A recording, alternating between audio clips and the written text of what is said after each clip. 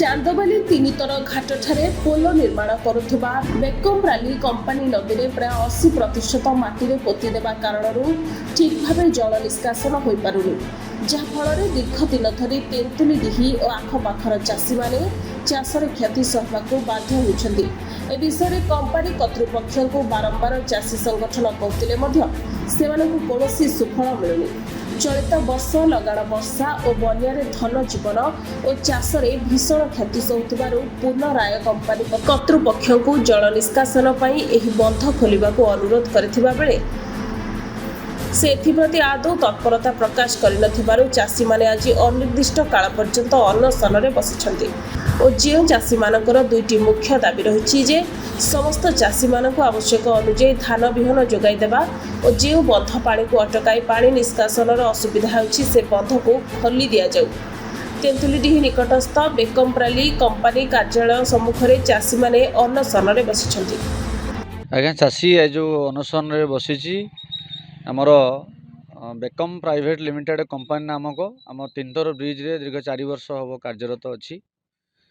ବନ୍ୟା ଜଳ ସେ ଯେଉଁ ବନ୍ଧ ବାନ୍ଧିଛନ୍ତି ନଦୀକୁ 80% ବାନ୍ଧିକି ସେମାନେ ଜଳକୁ ବ୍ୟାରେଜ୍ କରି ରଖିଛନ୍ତି, ଯାହାଫଳରେ କି ଆଜି ଏଇ ଯେଉଁ ପ୍ରକୋପ ବନ୍ୟା ଇଏ 10 ପଞ୍ଚାୟତରେ ସେ ବନ୍ଧ ପାଇଁ ଇଏ ସମସ୍ତ ଚାଷୀର ଚାଷ ଉଜୁଡ଼ି ଯାଇଛି। ସେଇ ଉଦ୍ଦେଶ୍ୟରେ ଏ କମ୍ପାନୀ ପାଖରେ ଆମେ ଦାବି ରଖୁଛୁ ଯେ ଆପଣଙ୍କର ଏଇ ବନ୍ଧ ପାଇଁ ଇଏ ଚାଷୀ ଆଜି ତା ଚାଷ ଉଜୁଡ଼ି ଯାଇଛି, ତାଙ୍କୁ ପୁନଃ ଚାଷ କରିବା ପାଇଁ ବିହନ ଏବଂ ଆର୍ଥିକ ସହାୟତା କିଛି କମ୍ପାନୀ ତରଫରୁ କଲେ ଇଏ ଚାଷୀ ଭାଇମାନେ ସଳଖି ଉଠିବେ, ପୁଣି ତାର ଚାଷ କରି ତାର ପରିବାର ହସି ଉଠିବ କେମିତି, ସେଇ ଉଦ୍ଦେଶ୍ୟରେ ଆଜି ଚାଷୀ ଭାଇମାନେ ଆନ୍ଦୋଳନକୁ ଓହ୍ଲେଇଛନ୍ତି। ଯେ ପର୍ଯ୍ୟନ୍ତ କମ୍ପାନୀ ଏ ଦାବି ନ ମାନିଛି ସେ ପର୍ଯ୍ୟନ୍ତ ଏ ଅନଶନ ଜାରି ରହିବ। ଚାଷୀଙ୍କର କମ୍ପାନୀ ଦାବିପତ୍ର ଗ୍ରହଣ ନ କରେ ଆମେ ଆଜ୍ଞା ହାଇକୋର୍ଟ ପର୍ଯ୍ୟନ୍ତ ଯିବୁ, ସୁପ୍ରିମକୋର୍ଟ ପର୍ଯ୍ୟନ୍ତ ଯିବୁ ଏ କମ୍ପାନୀ ବିରୁଦ୍ଧରେ। ଚାଷୀଙ୍କର ଦାବି ନେଇ ଆମେ ଚାଷୀ ସଂଘ ରାଜରାସ୍ତାକୁ ଓହ୍ଲେଇଛୁ। ଚାଷୀ ସଂଘ ନେଇ ରାଜରାସ୍ତାକୁ ଓହ୍ଲେଇଛୁ।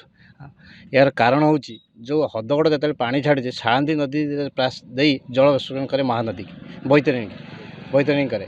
ସେ ନଦୀର ଯେଉଁ 80% ମାଟି ପକାଇ କମ୍ପାନୀ ପୋତି ବନ୍ଧ ପୋତି କାମ କରାଉଛି।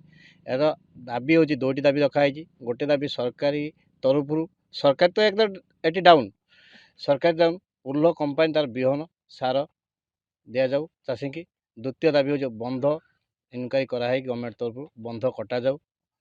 ତୃତୀୟ ଦାବି ଅଛି ଯେଉଁ ଏହାର ଅଛି ଯେତେ ଟେଣ୍ଡର ହେଲା କମ୍ପାନୀର 4% ହେଉଛି ଲୋକାଲ ଅନୁଷ୍ଠାନ, କୌଣସି ମେଡ଼ିକାଲ କୌଣସି କିଛି ଏହାର ନାହିଁ, ଜିରୋ। କିଛି କୁଜି ନେତାଙ୍କୁ ଧରି ଏ କମ୍ପାନୀ ରାଜରାସ୍ତାରେ କାମ ଚଲେଇଛି, କିନ୍ତୁ ନିୟମ ନାହିଁ ବନ୍ଧ ବାନ୍ଧିକି କାମ କରିବାର, ତାର ଟ୍ରେନ୍ ଆଣି କାମ କରିବାର ନିୟମ ଅଛି। ଯଦି ଆମ ଦାବି ପୂରଣ ନ ହୁଏ ଆମେ ରାଜରାସ୍ତାରେ ଓହ୍ଲେଇବୁ। ଏହାର ଭୟଙ୍କର ଲଢ଼େଇ ଜାରି ରହିବ।